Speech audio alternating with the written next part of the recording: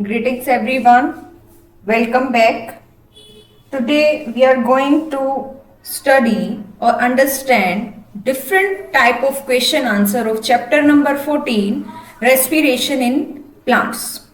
So we will start from the multiple choice questions. So without wasting time, let's start. The question number 1 is, the ultimate electron acceptor of respiration in an aerobic organism is. Aerobic organism is in which the respiration takes place in the presence of oxygen. तो उस type की respiration में ultimately electron को कौन accept करता है? So the answer is the oxygen.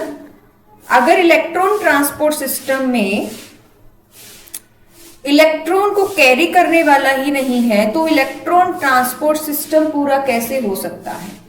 So oxygen is the ultimate hydrogen acceptor in aerobic respiration because at the end of electron transport chain it accepts a pair of electrons and combines with hydrogen atom to form water molecule.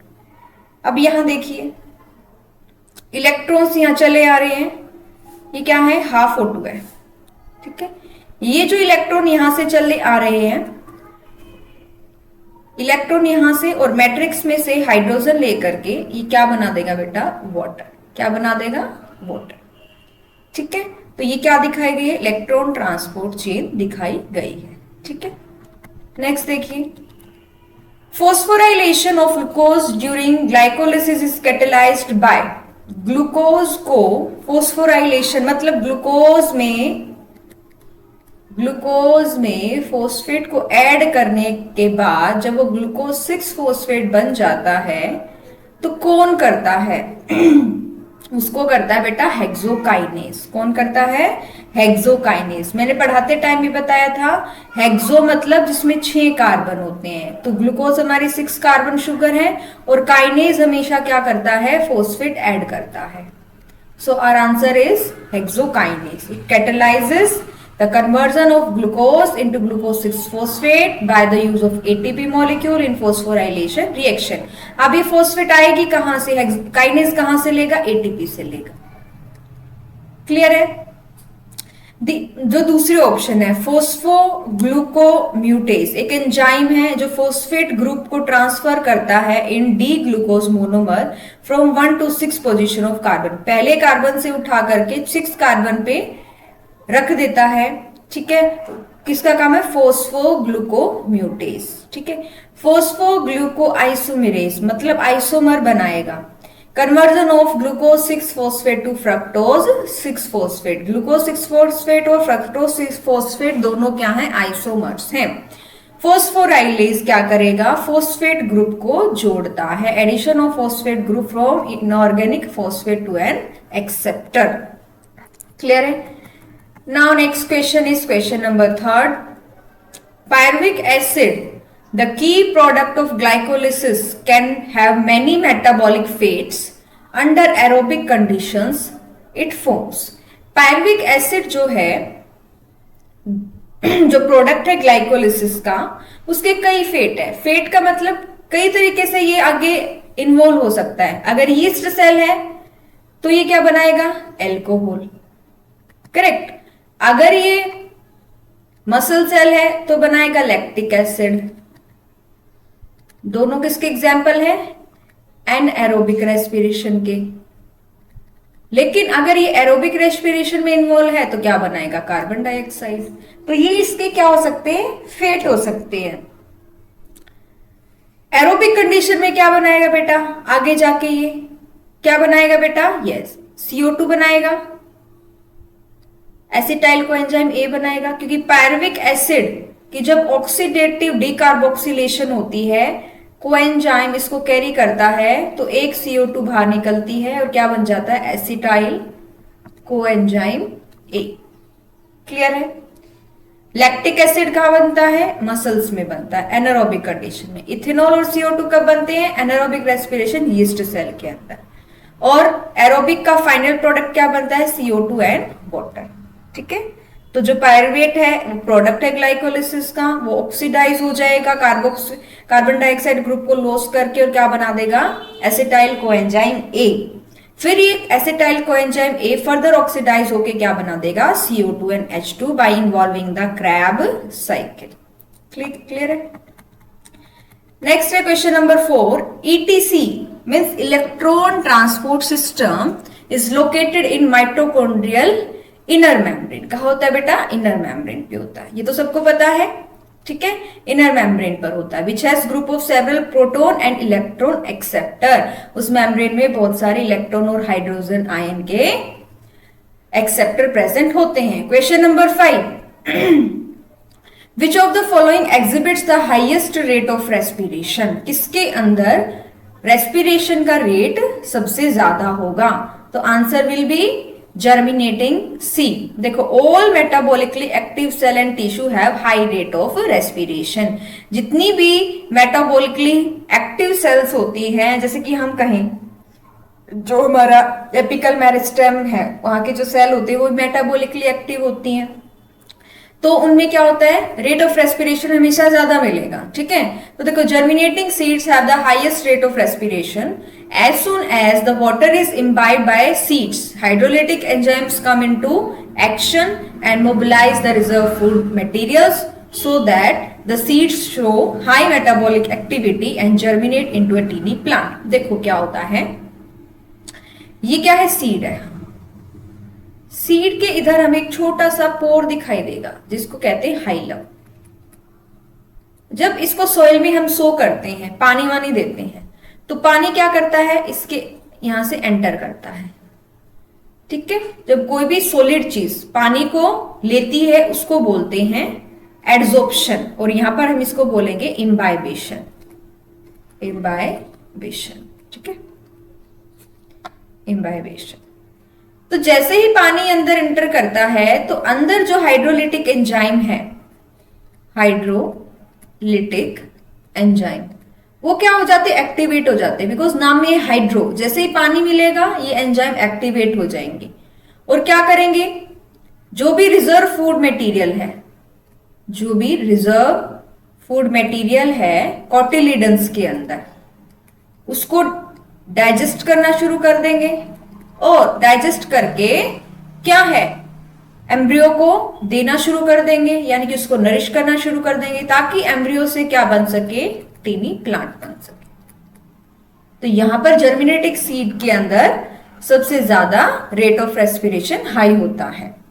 ये सारी activity करने के लिए energy चाहिए, और energy कहां से आती है, जब रेस्पिरेशन होगी। नेक्स्ट इज क्वेश्चन नंबर 5 के बाद 7 आ गया, no. Question number 6, mitochondria are called power house of the cell, which of the following observation support this statement. Mitochondria synthesise ATP, बिल्कुल सही बात है। क्या बनाता है बेटा, ये एटीपी बनाता है, that's why it is called the power house of the cell. Double membrane होती है, ये बात भी ठीक है, ठीक है। तो देखो, mitochondria are a double membrane bound structure and are site of ATP production which is the energy currency of cell. The rest of the statement though are correct but does not verify and support the fact that mitochondria are the powerhouse of the cell. बाकी statement भी correct है, like enzymes of the Krebs cycle and cytochromes are found in mitochondria. बिल्कुल, जब Krebs cycle mitochondria के अंदर हो रही है तो उसके एंजाइम भी किसके अंदर होंगे, माइटोकॉन्ड्रिया के अंदर होंगे। माइटोकॉन्ड्रिया ऑलमोस्ट सारे प्लांट और एनिमल सेल के अंदर, तो ये बात भी करेक्ट है, सारी बातें करेक्ट है। लेकिन इस फैक्ट को कौन वेरीफाई कर रही है कि power house of the cell है, वो कर रही statement number A. Next question, the end product of oxidative phosphorylation.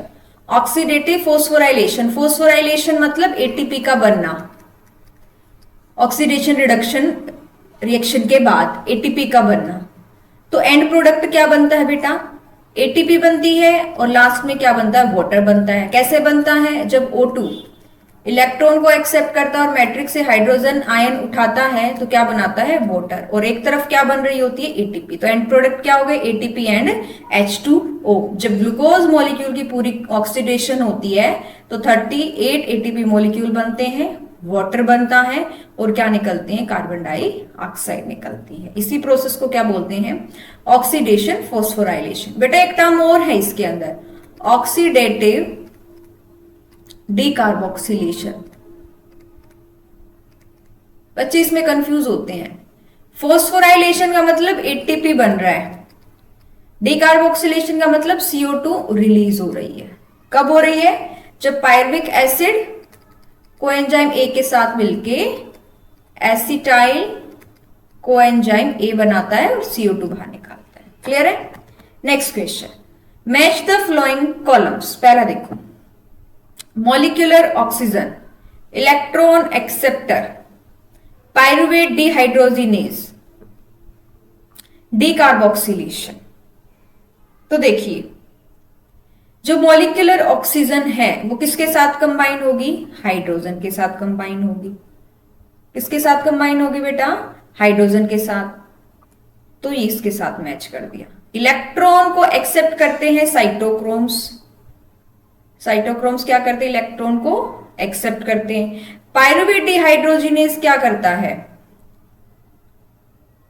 Pyruvate dehydrogenase क्या करता है? देखो, molecular oxygen ultimately combines with hydrogen to form water at the end of electron transport chain. देखो, इतना तो समझ आया कि जो मॉलिक्यूलर ऑक्सीजन है इसको कौन एक्सेप्ट करेगा? अभी बताया था, हाफ O2, 2 इलेक्ट्रॉन और हाइड्रोजन आयन मिलके क्या बनाते हैं? वाटर। हमसे पूछा गया है ऑक्सीजन का, हमें पूछा गया ऑक्सीजन का, तो कौन करता है? हाइड्रोजन आयन करते हैं। क्लियर हो गई ये बात? इलेक्ट्रॉन को एक्सेप्ट कौन करता है? जो साइटोक्रोम्स इनर मेम्ब्रेन में होते हैं वो करते हैं। ठीक है। पायरुवेट डिहाइड्रोजिनेज क्या किस पे काम करता है? एसिटाइल कोएंजाइम ए पे काम करता है। ठीक है। डीकार्बोक्सिलेशन कहां होती है? अल्फा कीटो ग्लूटारिक एसिड के टाइम पे क्या होती है? डीकार्बोक्सिलेशन होती है। अगर आगे क्रैब साइकिल आई तो मैं इस वाले क्वेश्चन पे दोबारा आऊंगी और आपको दोबारा समझाऊंगी कि कैसे क्या होता है। तो answer number A is correct. Molecular oxygen ultimately combines with hydrogen to form water at the end of electron transport chain. Correct. Cytochrome C क्या है? इलेक्ट्रॉन एक्सेप्टर है ईटीसी के अंदर। Pyruvate dehydrogenase catalyse reaction converting pyruvic acid into acetyl coenzyme A. देखो, pyruvic acid से जब acetyl coenzyme ए बनता है तो ये एंजाइम क्या है? काम करता है। ठीक है, क्योंकि यहाँ पे NaDH2 बनता है ना बेटा, यहाँ पे NaDH2 बनता है, पायरुवेट डिहाइड्रोजिनेज। आई थिंक इसमें मैग्नीशियम आयन क्या है? काम करता है। ठीक है। Decarboxylation oxalosuccinate form alpha ketoglutaric acid in a decarboxylation reaction. इसमें क्या बाहर निकलती है? CO2 बाहर निकलती है। Next type of questions are very short answer type question. Question number 1, question को समझ लीजिए पहले। Energy is released during the oxidation of compounds in respiration. जब रेस्पिरेशन के अंदर कंपाउंड्स की ऑक्सीडेशन होती है तो एनर्जी रिलीज होती है। How is this energy stored and released as and when it is needed? ये एनर्जी है वो कैसे स्टोर होती है, कैसे रिलीज होती है और कब इसकी जरूरत पड़ती है? तो जो एटीपी है, एडिनोसाइन ट्राइफॉस्फेट मॉलिक्यूल, ये energy currency of living cell कहा जाता है। जब complex organic food molecule such as sugar, fat, protein, ये क्या है? सोर्स ऑफ एनर्जी है सेल के लिए। ठीक है। और जब भी सेल को एनर्जी चाहिए होती है तो इनकी बॉन्ड्स में एनर्जी स्टोर होती है, इनकी केमिकल बॉन्ड्स में एनर्जी स्टोर होती है। और ये जो एनर्जी है वो रिलीज की जाती है जब कुछ ऑक्सीडेशन रिएक्शंस होती हैं। और रेस्पिरेशन में होता है क्या? ऑक्सीडेशन रिएक्शन होती है। During each oxidation reaction involve in food breakdown, the product of reaction has a lower energy content than the donor molecule। जो प्रोडक्ट बनता है तोड़ने के बाद उसमें एनर्जी कम होती है, जिसको तोड़ के एनर्जी मिली है उसके अंदर एनर्जी ज्यादा होती है। At the same time electron acceptor molecules capture some of the energy lost during oxidation and stored it for later use. जो इलेक्ट्रॉन को एक्सेप्ट करने वाला मोलिक्यूल है वो कुछ एनर्जी को क्या कर लेता है बेटा? कैप्चर कर लेता है ड्यूरिंग द ऑक्सीडेशन रिएक्शन जो निकलती है, और उसको बाद में यूज करने के लिए क्या कर लेता है, स्टोर कर लेता है। Cells convert the energy from oxidation reaction to energy rich molecules such as ATP, which can be used through the cell to power metabolism and construct new cellular components। और उस ATP को cell किसी भी तरीके से use कर सकती है, मेटाबॉलिज्म में, नए कंपोनेंट बनाने में, ठीक है। So our next question is question number 2। Explain the term energy currency. अभी बताया ATP is the energy currency of the cell. Which substance acts as energy currency in plants and animals? The term energy currency refers to that molecule which provides energy for cellular activities when required। जब भी requirement होती है energy की, तो वो molecule जो cell को energy provide करता है, उसके लिए हम यूज करते हैं एनर्जी करेंसी। तो एटीपी वो टर्म है जो एनर्जी प्रोवाइड करती है, और ये एनर्जी उसकी बॉन्ड्स में ट्रैप हो जाती है, हाई एनर्जी बॉन्ड्स जिसको कहते हैं। दूसरा मॉलिक्यूल होता है जीटीपी, सीटीपी एंड यूटीपी। देखिए यहां देखिए एडिनोसाइन डाइफॉस्फेट, यहां सिर्फ कितने फॉस्फेट है बेटा, 2 फॉस्फेट जुड़े हुए हैं, correct, 1 2, that's why it is adenine diphosphate. जब इसमें एक फॉस्फेट और जुड़ता है और ये जो बॉन्ड बन रही है ये हाई एनर्जी बॉन्ड है, हाई एनर्जी बॉन्ड्स, क्लियर है। इन्हीं बॉन्ड्स में एनर्जी को ट्रैप कर लिया जाता है, तभी बनती है adenosine triphosphate. The conversion of ATP to ADP yield 7.3 kilo kelvin per mole of energy.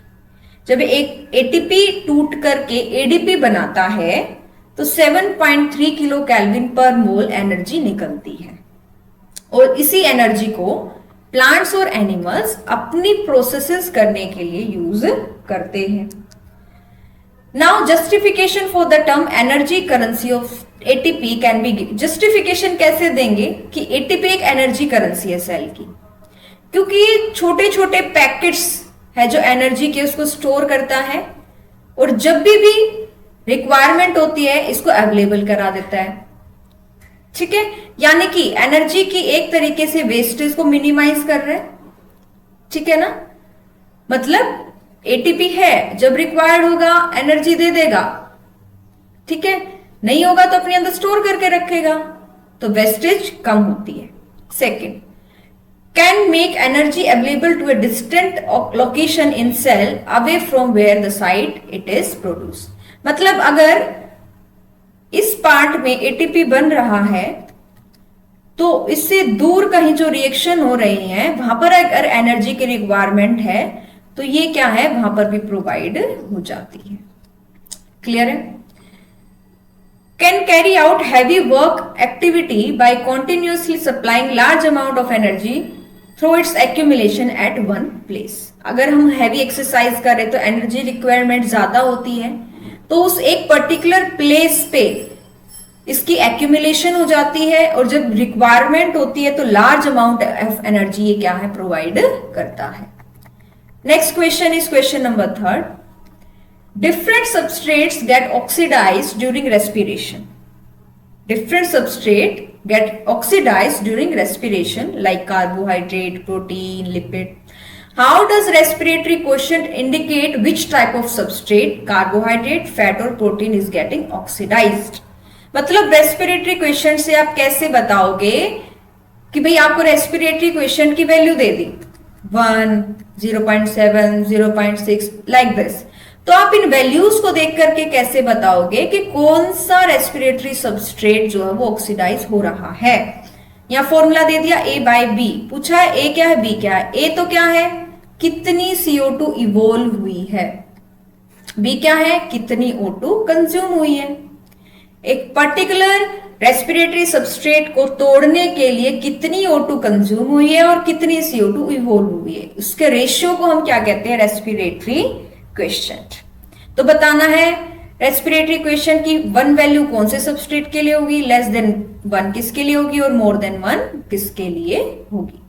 तो देखो यही बताया गया है, ratio of CO2 evolve to the volume of O2 consumed is called the respiratory question.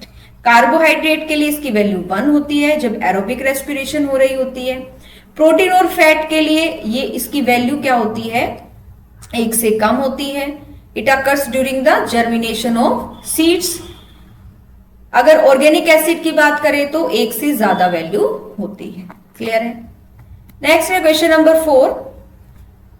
F0 F1 particle participate in the synthesis of ATP from NADH2 and FADH2 by forming hydrogen ion concentration gradient. Clear?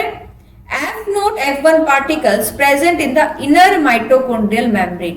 ये inner mitochondrial membrane है, इसमें present होता है। ये जो membrane के अंदर embedded है that is the F0 particle, और ये जो पेरिफ्री पे है इसको बोलते हैं F1। F0 तो क्या करता है, हाइड्रोजन आयन को मूव करने का पाथ प्रोवाइड करता है, ठीक है। और F1 क्या है, कैटालिटिक साइट होती है, कैटालिटिक साइट होती है जहां पर क्या बनती है, एटीपी। जहां पर क्या बनती है भाई, एटीपी बनती है, ठीक है। The energy currency of cell.